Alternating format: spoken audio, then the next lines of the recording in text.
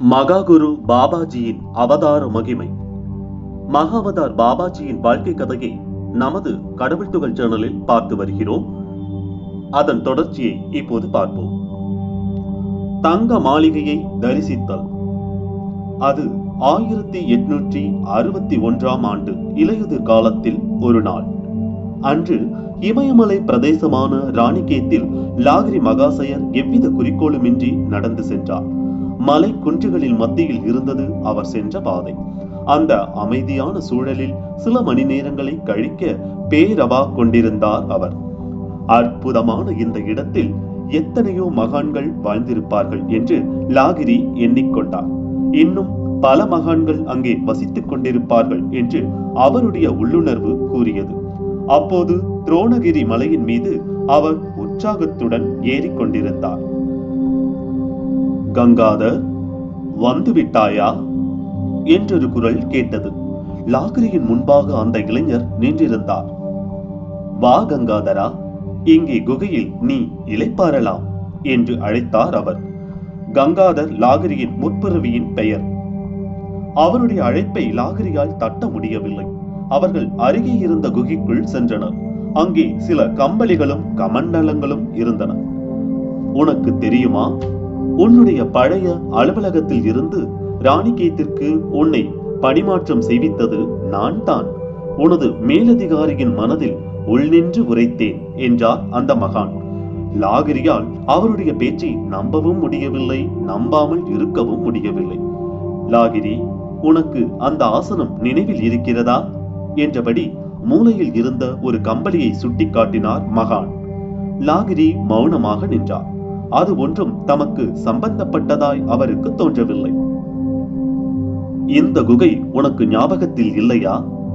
மகான் கேட்டார். லாகிரி என்ன முயன்றும் எதையும் நினைவுபடுத்திக் கொள்ள முடியவில்லை. அப்போது அந்த மகான் அவருடைய நெற்றியில் தட்டினார். அந்த கணமே பூர்வ ஜென்ம ஞாபகம் வரத் தொடங்கியது லாகிரிக்கு. தாங்கள் என்னுடைய குரு பாபாஜி அல்லவா? இங்கு இந்த குகையில் நான் தங்களோடு இருந்திருக்கிறேன். பல ஆண்டுகள் இங்கே தங்கி இருந்தது என் நினைவுக்கு வருகிறது. உணர்ச்சி வசப்பட்டவராய் லாகிரி பேசினார். விவரிக்க வியலாத பரவசத்தில் அவருடைய தேகம் சிலிர்த்தது. அவர் குருவின் பாதங்களில் விழுந்து கண்ணீர் விட்டார். அதெல்லாம் நடந்து 30 வருடங்கள் ஆகிறது. பாபாஜி புன்னகைத்தார். இது நாளும் நீ என்னை காணாமலே இருந்தாய். ஆனால் நானோ ஒவ்வொரு கணத்திலும் உன்னை கவனித்தபடி இருக்கிறேன். அப்போது இந்த குகையில் நீ பத்மாசனமிட்டு அமர்ந்த கம்பளம்தான் அது. இதோ இந்த கமண்டலத்திலே தான் நீ பருகுவதற்காக நான் அமுதபானம் தயாரித்தளித்தேன் என்றார் பாபாஜி. அவர் மேலும் சொன்னார், அன்று போலவே இன்றும் இந்த இடம் உனக்காக சுத்தமாக வைக்கப்பட்டிருக்கிறது. அந்த பித்தளை கமண்டலம் கூட தேய்த்து பளபளப்பாக வைக்கப்பட்டிருப்பதை பார். மீண்டும் ஒரு நாள் இந்த கிண்ணத்தை நீ பயன்படுத்தக்கூடும் என்று நினைத்தேன். குருஜியின் அன்பு லாகிரியை திக்குமுக்காட செய்தது. அவர் எல்லையற்ற ஆனந்த வெள்ளத்தில் மிதப்பது போல் உணர்ந்தார். குருவின் கட்டளையை ஏற்று அன்று அங்கேயே தங்கினார் லாகிரி. பாபாஜி ஒரு எண்ணெய் கிண்ணத்தை அவரிடம் நீட்டி, இந்த எண்ணெயை குடித்துவிடு, உன்னை நான் புனிதமாக்க வேண்டி இருக்கிறது என்றார். அவருடைய கட்டளைப்படியே லாகிரி அந்த எண்ணெயை குடித்தார். அவர் கண்முன்பாய் கண்ட பிரத்யட்ச உலகம் மறைந்தது. ஒரு ஆற்றின் கரையில் அவர் படுத்திருந்தார். அந்த பிரதேசத்தின் கடும் குளிரை விடவும் தீவிரமாய் ஒரு ஒளிக்கற்றை அவருள் புகுந்தது. அந்த ஒளி அவருடைய உடலெங்கும் பரவியது. அவர் இதமாகவும் கதகதப்பாகவும் உணர்ந்தார். நள்ளிரவில் அவர் விழித்துக் கொண்டார். தமக்குள் ஊடுருவிய ஒளி தம்மை முன்னிலும் வலிமை மிக்கவராக்கி இருப்பதை அவர் புரிந்து கொண்டார். ஒரு பாதுகாப்பு உணர்வையும் அவர் பெற்றிருந்தார். அப்போது நடந்து வரும் காலடி சத்தம் கேட்டது. அவர் முன்பாக ஒருவன் வந்து நின்றான். அவருக்கு கைலாகு கொடுத்து அவர் எழுந்திருக்க உதவினான். வா குருதேவர், உனக்காக காத்திருக்கிறார் என்றான் வந்தவன். வா குருதேவர் உனக்காக காத்திருக்கிறார் என்றான் வந்தவன். அவனை தொடர்ந்தார் லாகிரி. அவர்கள் இருட்டினூடே நடந்தார்கள். ஆனால் அவர்கள் சென்ற பாதைக்கு மட்டும் எங்கிருந்தோ வெளிச்சம் வந்து கொண்டிருந்தது. சற்று தொலைவில் பொன்மயமான ஒரு மாளிகை தெரிந்தது. உன்னுடைய கடந்த காலத்தில் தங்க மாளிகை ஒன்றை நீ காண விரும்பி இருந்தாய். உன் விருப்பத்தை பூர்த்தி செய்து உனது பிறவி பந்தத்தில் இருந்து உன்னை விடுவிக்கப் போகிறார் என்றான் உடன் வந்தவன். அரண்மனை போன்ற அந்த பெரிய மாளிகை எண்ணற்ற விளக்குகளால் ஜோதிமயமாக இருந்தது. உள்ளே தெய்வீக பொலிவுடைய மனிதர்கள் காணப்பட்டனர். மாளிகையின் வரவேற்பறை மிகவும் விசாலமாக இருந்தது. ரோஜாக்களும் நறுமண தூபங்களும் உகந்ததோர் வாசத்தை எங்கும் பரவச் செய்தன. எங்கிருந்தோ தேவகானமாய் இசை ஒலித்தது. அங்கிருந்த மனிதர்கள் தியான நிலையில் இருந்தனர்.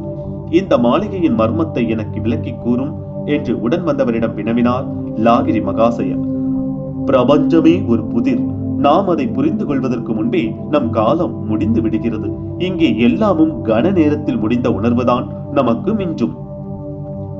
இறைவனின் எண்ணத்தில் உருவாக்கப்பட்ட பிரபஞ்சத்தை போலவே பாபாஜியின் எண்ணத்தில் இந்த மாளிகை உருவாக்கப்பட்டது என்றார் அந்த வழிகாட்டி. அவர்கள் ஒரு பிரம்மாண்டமான மண்டபத்தில் பிரவேசித்தனர். அங்கே ஒரு தங்க சிம்மாசனத்தில் பாபாஜி அமர்ந்திருந்தார். லாகிரி, நீ காண விரும்பிய அரண்மனையையும் பொருட்களையும் இப்போது கண்டாகிவிட்டதல்லவா? உனது உலகியல் ஆசைகள் எல்லாம் இன்றைய அனுபவத்தோடு முடிந்துவிடும். நீ இனியும் இருப்பாய்.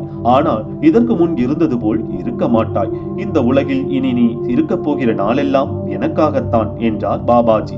அவர் மேலும் கூறுகிறார், கடவுளின் பேரரசை அடையும் வாய்ப்பு உனக்கு கிடைக்கப் போகிறது. இன்று இங்கே கிரியா யோக தீட்சை பெறுவதன் மூலம் அது உனக்கு சாத்தியமாகும் என்றார்.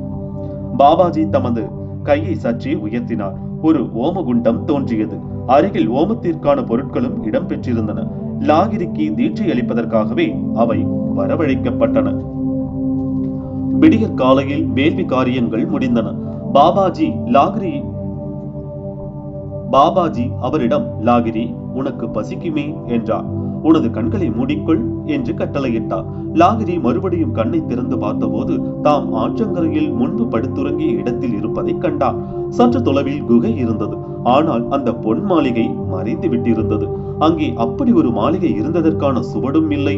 அப்போது பாபாஜி அவரிடம், நீ ஏதாவது சாப்பிட வேண்டும் என்றார். ஒரு மண்பாண்டத்தை நீட்டி, உனக்கு பிடித்தமானதை உண்ணலாம்.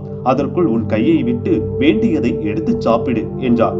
அந்த பாண்டத்தை லாகிரி தொட்டதுமே சூடான பூரிகளும் கறி வகைகளும் இனிப்பு பண்டங்களும் அவருடைய கைக்கு வந்தன. அவர் வயிறார உண்டார். குடிப்பதற்கு தண்ணீர் வேண்டுமே என்று அவர் சுற்றுமுற்றும் பார்த்தபோது அந்த பானையில் நீர் நிரம்பி இருப்பதை கண்டார். அன்று மதியம் பாபாஜி அவருடைய சிரசில் கை வைத்து அவருக்கு நிர்விகல்ப சமாதியை வழங்கினார். அந்த பரவச நிலை லாகிரிக்குள் 7 நாள் தொடர்ந்தது. லாகிரி தமது குருவின் அண்மையிலேயே எப்போதும் இருக்க விரும்பினார். அவரது எண்ணத்தை உணர்ந்தவராய் பாபா பேசலுற்றார்.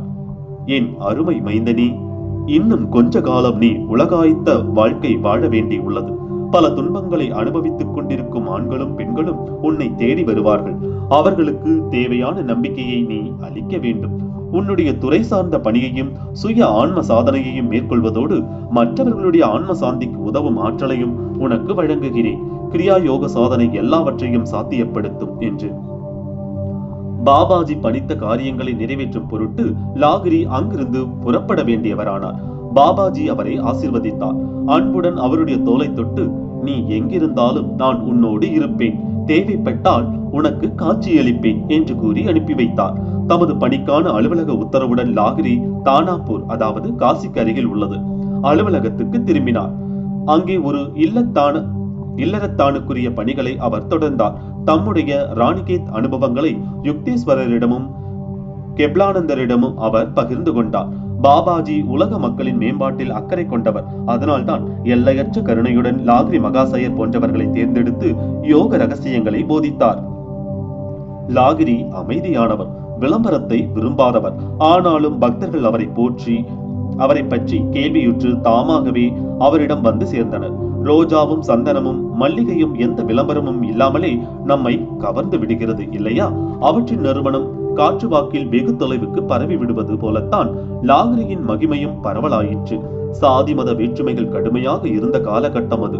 உயர் சாதி பிரிவை சேர்ந்த லாகிரியோ எவ்வித வேற்றுமையும் பாராட்டாமல் எல்லாருக்கும் உபகாரமாயிருந்தார். அவர் கிரியாயோக பயிற்சியை தகுதியானவர்களுக்கு வழங்கினார். அச்சத்தில் இருந்தவர்களுக்கு துணிவையும் நம்பிக்கையற்றவர்களுக்கு நம்பிக்கையையும் கொடுத்தார். லாகிரி இல்லறத்தில் இருந்தாலும் பற்றற்ற வாழ்க்கையை வாழ்ந்தார். தியானத்தின் அவசியத்தை மக்களுக்கு வலியுறுத்தினார். லாகிரி யோக சக்தியை போலவே தமது ஞான திருஷ்டியால் தொலைவில் நடப்பவைகளை கண்டறியும் திறனும் பெற்றிருந்தார். ஒரு சமயம் ஜப்பானிய கப்பலொன்று கடலில் மூழ்கிய போது தாமும் அங்கிருந்து அனுபவித்ததை அவர் விவரித்தார். மறுநாள் செய்தித்தாளில் அந்த செய்தி வந்திருந்ததை அவருடைய சீடர்கள் படித்து வியந்தனர். லாகிரிக்கு காசியில் மட்டுமின்றி நாட்டின் தொலைதூர பகுதிகளிலும் சீடர்கள் இருந்தனர். நீங்கள் எங்கிருந்தாலும் உங்களோடு நானும் இருக்கிறேன் என்று அவர்களுக்கு தெரிவித்தார் அவர். தொலைவில் உணர்வதைப் போலவே புலன் தொடர்பின்றி உள்ளத்தில் உள்ள எண்ணங்களை அறிவதும் அறியச் செய்வதும் சாத்தியம்தானே. கிரியா யோகத்தை விளம்பரம் செய்து வியாபாரமாக்க சிலர் முனைந்த போது அந்த வணிக முயற்சிகளை அவர் தடுத்து விட்டார். பாபாஜியின் உயரிய நோக்கத்தை யாரும் எந்த வகையிலும் பாழ்படுத்த அவர் அனுமதிக்கவில்லை. 1886 ராணிகேத்தில் தீட்சை பெற்று 25 ஆண்டுகள் கழிந்த போது அவர் பதவியில் இருந்து விலகினார். 1895 மகா சமாதியானார். ஒரு யோகி சுயலாபத்தை விடுத்து உலக நன்மைக்கு பாடுபட வேண்டும் என்பதற்கு லாகிரி மகாசயர் சிறந்த முன்னுதாரணமாக விளங்கினார். காத்திருங்கள், பாபாஜியின் வாழ்க்கை கதை தொடரும். கடவுள் துகளோடு இணைந்திருங்கள். நன்றி.